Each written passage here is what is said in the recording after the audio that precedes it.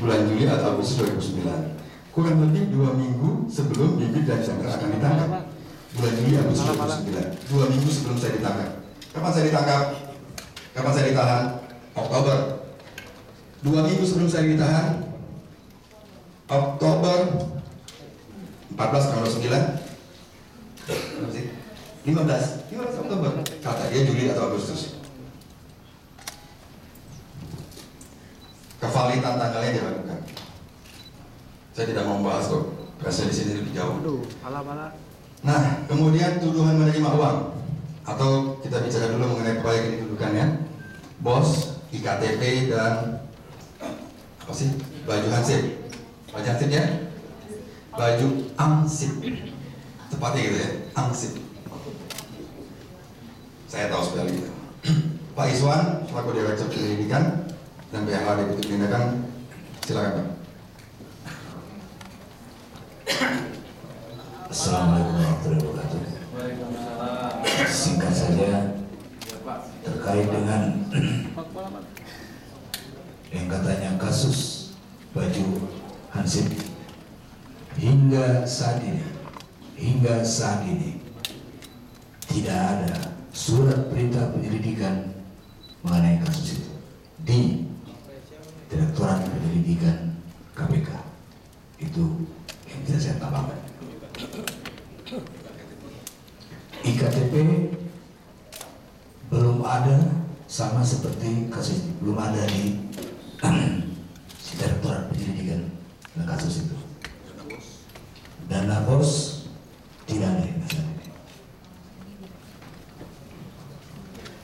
Clear ya? Tidak ada satupun surat perintah penyelidikan di KPK mengenai dana bos, mengenai baju Angsip,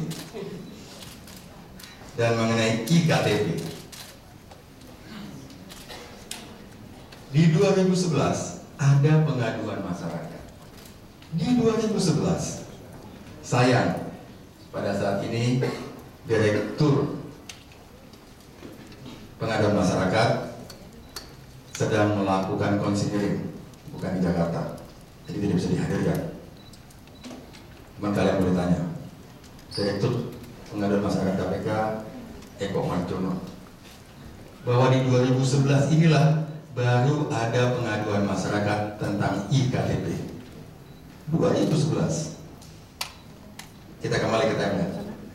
2011. Pertemuan jauh sebelum 2011. Ya. IKTP. Kemudian itu kasus IKTP, dana bos. Dana bos ada beberapa pengaduan yang bukan merupakan kewenangan KPK. Yang bukan merupakan kewenangan KPK, oleh karena itu disupervisi, dilimpahkan karena menyangkut kepala-kepala sekolah.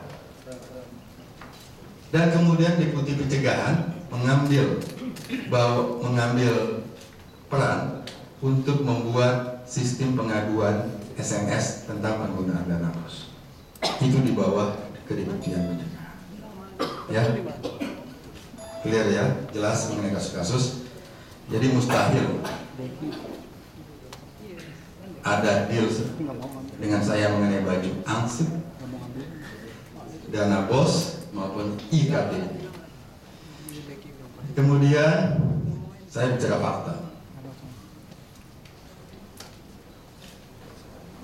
Mungkin ya, sprindik nomor 1 tahun 2010 tentang apa sih? Sampai sprindik terakhir Desember 2010 tentang apa? Itu jelas semua. 2011 juga jelas. Data kita rapi. Kemudian dengan tuduhan penerimaan uang. Tuduhan penerimaan uang, saya tidak tahu tuduhannya seperti apa secara persis karena berubah-berubah. Siapa yang memberi juga berubah-berubah.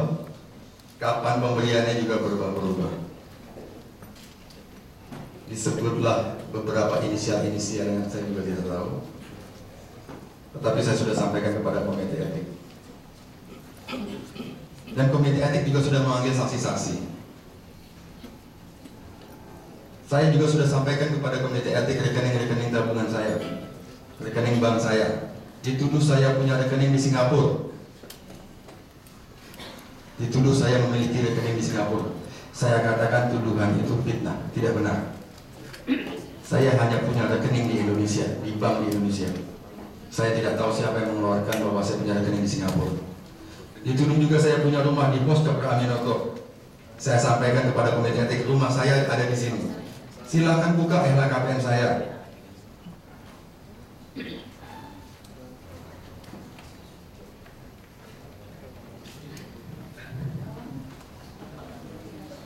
Saya sampaikan kepada komite etik, ini rekening saya dari bank ini, bank ini, bank ini. Ini rumah saya sampaikan. Ini sudah saya sampaikan sama komite etik. Kemudian tuduhan menerima uang, saya hanya bisa sampaikan begini. Silakan dibuktikan bahwa saya pernah menerima uang. Saya katakan komite etik, di komite etik saya sampaikan.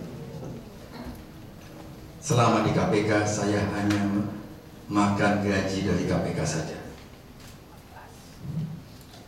Bahwa saya tidak bisa dibeli dan tidak akan pernah dibeli.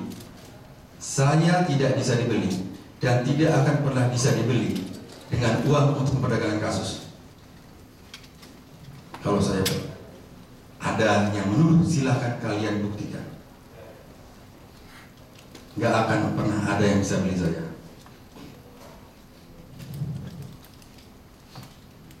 Karena saya ke KPK ini bukan untuk mencari uang. Kalau kata Pak Iswan, kami yang kerja di KPK ini setengahnya adalah pengabdian, setengahnya adalah untuk melihat negara ini bersih dari korupsi. Artinya lebih kepada niat untuk mengabdi kepada negara ini. Jadi tuduhan saya menerima uang sama sekali tidak benar. Itu fitnah yang terulang kembali. Ingat kasus kriminalisasi terhadap saya dengan Pak Bigit tahun 2009. Lihat polanya, lihat tuduhannya. Apakah ada kemiripan atau tidak? CCTV, tuduhan menerima uang, pertemuan-pertemuan, dan banyak yang lain. Dokumen-dokumen, dulu dokumennya kertas, sekarang dokumennya CD. Disuruh bilang sama Pak Iswan. Ya, itu yang saya bisa jelaskan kepada rekan-rekan wartawan, dan saya sudah sampaikan kepada komite etik. Pertemuan sebelum kasus tidak ada membicarakan kasus, tidak ada penerimaan uang. Karena itu saya memiliki keyakinan bahwa apa yang saya lakukan ini demi kepentingan KPK. Apa yang saya lakukan ini demi pemberantasan korupsi. Tidak pernah dan tidak akan pernah saya mengkhianati institusi ini. Tidak pernah dan tidak akan pernah saya mengkhianati gerakan pemberantasan korupsi. Tidak akan pernah. Semua saya lakukan demi KPK, demi institusi ini, dengan tugas pokoknya memberantas korupsi. Apabila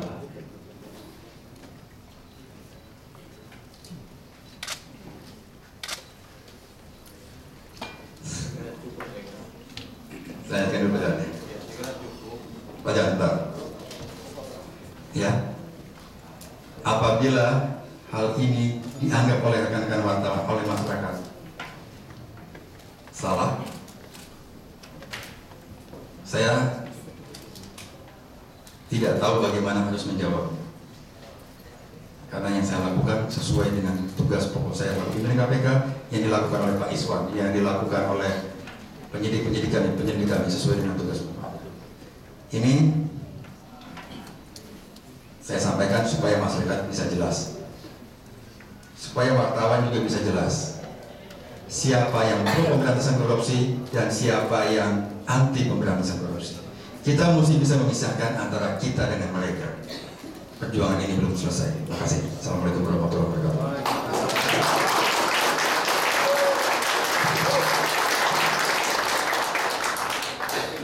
Baik, saya kira sudah dijelaskan secara kronologis oleh Pak Chandra dan teman-teman tadi sudah mendengar langsung dari Pak Chandra tentang tujuan yang disampaikan oleh seorang pesantren dan juga buronan disampaikan. Sekarang silakan teman-teman untuk menanyakan apabila ada yang belum jelas. Saya mulai dari Anda dulu sekarang. Jangan banyak-banyak ya. Udah memakai.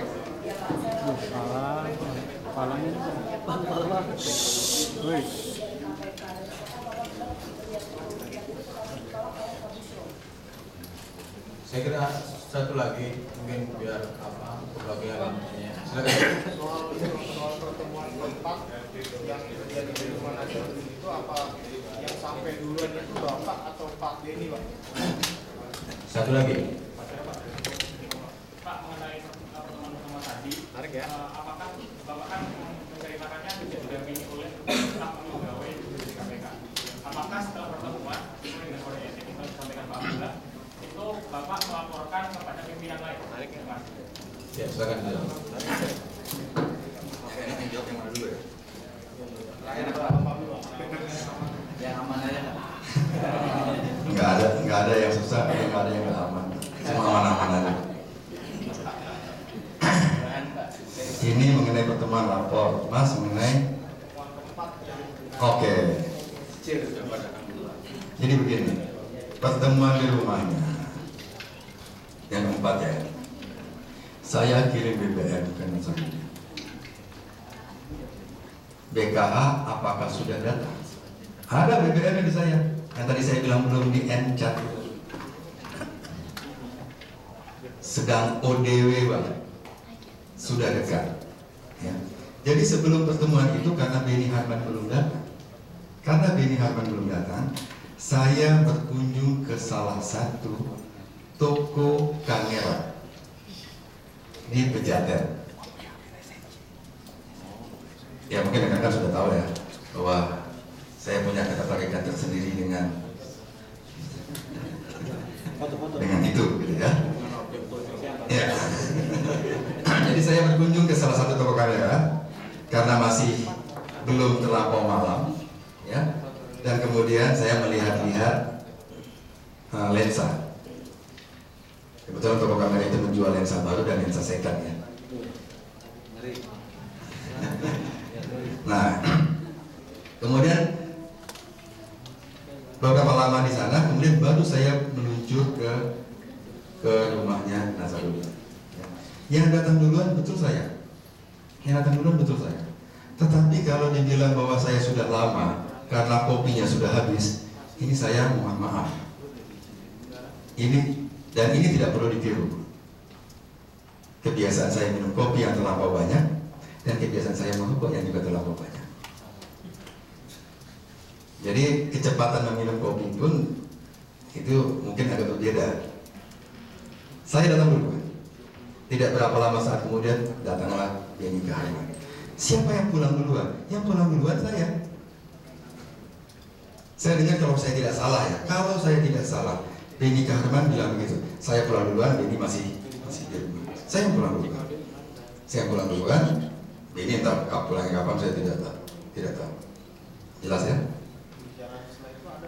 Setelah pulang yang kita nggak bicara, Mas. Nggak berapa lama. Saya tanya, Benny mana? Udah tahu, katanya udah dekat. Mana sih? Bisa saya dibiarkan sendiri sambil menikmati kopi dan apa itu tadi. Ya. Kemudian setelah pertemuan saya sekitar akhir September 2010. Di akhir Oktober saya sudah sampaikan kepada pimpinan yang lain. Di awal Oktober, karena pimpinan yang lain itu juga akan bertemu Nazar untuk masalah lain. Saya sampaikan saya kemarin ketemu. Saya sudah sampaikan kepada pimpinan yang lain. Ya, clear? Nah, adik ini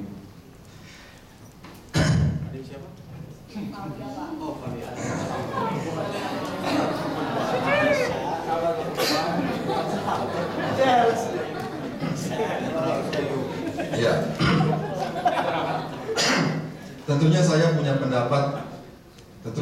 pendapat tentang apa yang saya lakukan.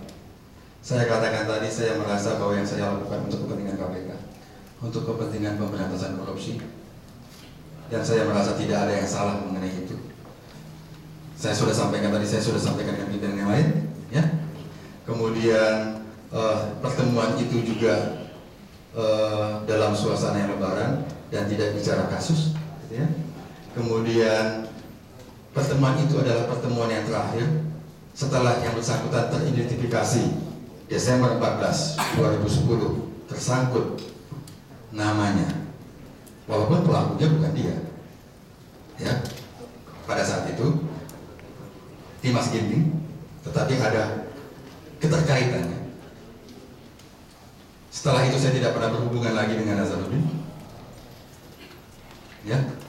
Karena itu saya menganggap apa yang saya lakukan adalah tidak menyalahi apa-apa. Ini keyakinan saya, dan keyakinan saya ini akan saya pertahankan apapun keputusan komite etik nanti. Itu jawaban saya. Oke, yang lain? Silakan, John, rakyat merdeka. Ini namanya John ya. Tapi yang berapa alasan? Ini rakyatnya sudah merdeka. Ya, bertanya sedikit Pak soal project itu.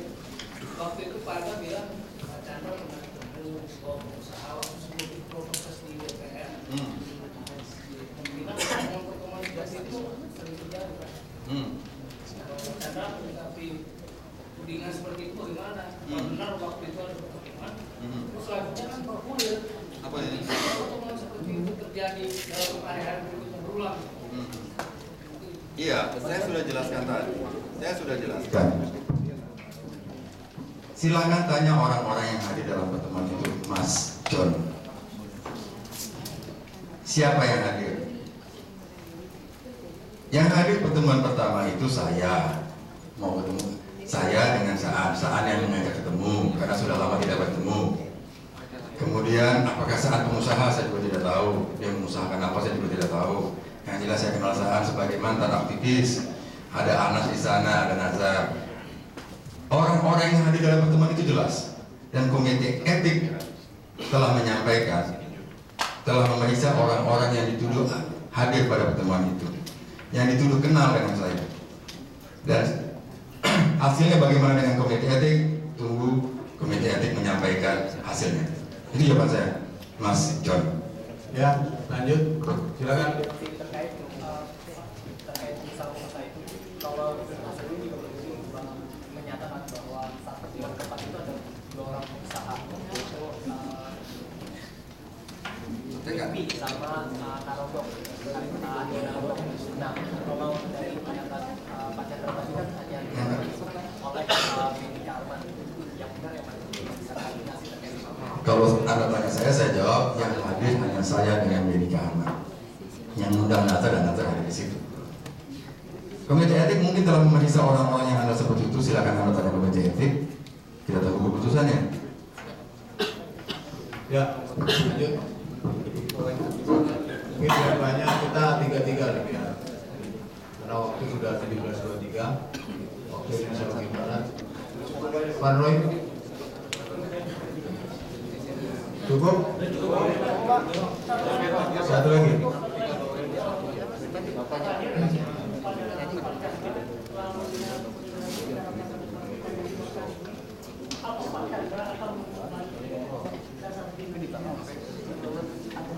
Maksudnya?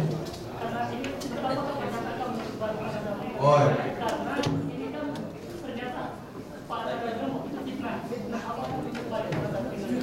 Jawabannya berdasarkan masukan dari Pak Direktur Penyelidikan belum dipertimbangkan. Baik, teman-teman, sebelum ditutup saya ingin menyampaikan beberapa hal yang saya kira apa yang disampaikan oleh Pak Chandra dan juga sahabatnya melalui teman-teman disampaikan kepada masyarakat luas, dan kita tidak meminta masyarakat untuk percaya kepada Pak Chandra, tapi itulah yang tidak saya sampaikan oleh Pak Chandra. Tinggal masyarakat menilai apakah yang disampaikan oleh Nazarudin, seorang tersangka dan buron itu kemudian ada saksi yang disampaikan itu lebih benar yang mana, lebih bisa dipercaya yang mana. Karena untuk membuktikan itu tentu perlu pembuktian. Jadi sekali lagi itu yang ingin saya sampaikan. Saya kira Pak Chandra tetap pada komitmen untuk pemberantasan korupsi dan menangani institusi KPK ini sampai selesai tugasnya di KPK. Dan saya kira teman-teman juga ada di sini punya perasaan atau punya komitmen yang sama dengan kita, punya baris yang sama demi bangsa dan negara yang kita cintai bersama. Baik, demikian proses ini.